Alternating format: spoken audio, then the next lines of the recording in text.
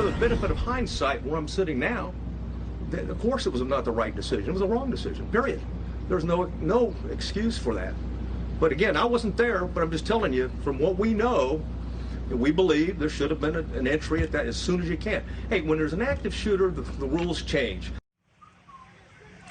That was Texas Department of Safety Director Stephen McGraw facing tough questions by reporters on the timeline of events surrounding the massacre in Uvalde and acknowledging that mistakes were made by law enforcement in the heat of the moment.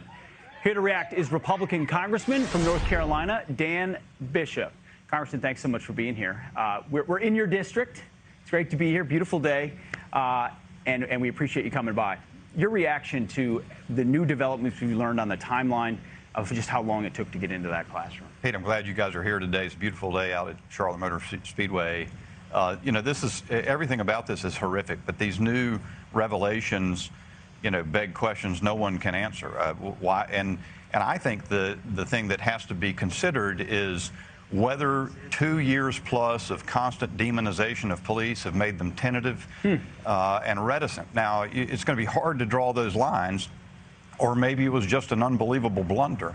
But then in that case, if we have people coming forward saying Congress needs to act, whatever Congress does or state legislators do must make sure that people are safer. If you have blunders like this by law enforcement, then are you going to leave people even more vulnerable if you go out and begin restricting gun ownership widely, as many talk about doing? Yeah.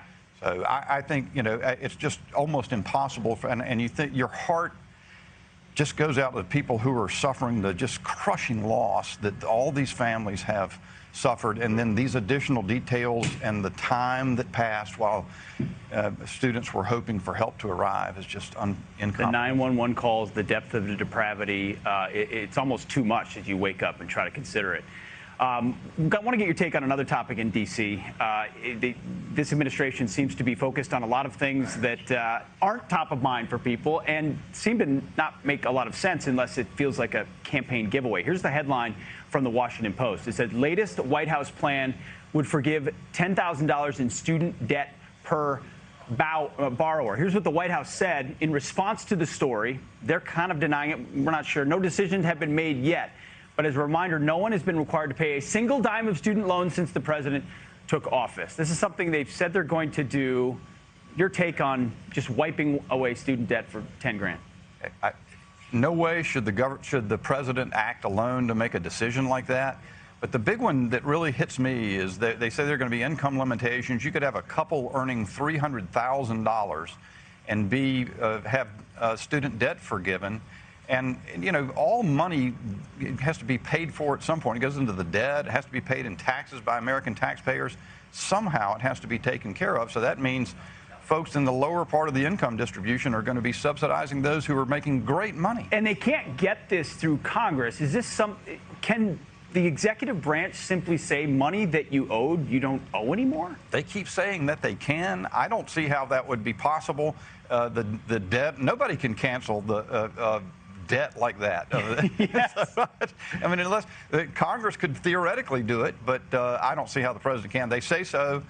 It would be a terrible thing to do. And once again, it does a smack of a White House that is desperate for all of the policy failures and all the consequences we're seeing. I have to ask, in your district, real quick, what's the issue you're hearing the most about from voters as we head toward November? Easy. Inflation, gas prices, people who having to go to the grocery store and make different choices. It's crushing people, business owners, and also can't get people to work. Those are the man, we hear that time and time again, Congressman. Really do. Well, you got a beautiful district here. Thanks for welcoming us. We appreciate it. Glad you're here. Representative Dan Bishop. Congressman, thank you.